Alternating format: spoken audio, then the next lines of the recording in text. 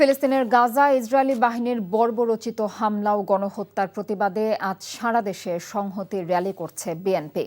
কর্মসূচির অংশ হিসেবে সকালে ঢাকা বিশ্ববিদ্যালয়ের অপরাজেয় বাংলার সামনে মানববন্ধন করেন শিক্ষকদের সংগঠন সাদা দল।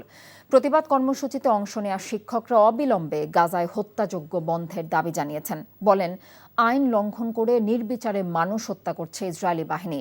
এমন ন্যাক্কারজনক ঘটনায় জাতিসংঘ সহ মুসলিম দেশগুলোর নীরবতার সমালোচনাও করেন ঢাকা বিশ্ববিদ্যালয়ের সাদা দলের শিক্ষকরা। দ্রুত ওআইসিভুক্ত দেশগুলোর সহযোগিতায় গাজায় হামলা বন্ধের দাবি করেন তারা। গাজা নিপীড়িত মানুষ এবং ন্যায়ের পক্ষে অবস্থান নিতে সমাজের প্রতিটি বিবেকবান মানুষের প্রতি আহ্বান জানিয়েছেন শিক্ষকরা। বান্ডেল থাকলে প্রতি সেনমানিতে টাকা বাঁচবে। বিকাশ সেনমানি বান্ডেল কিনে জিতুন প্রতি লেনদেনে।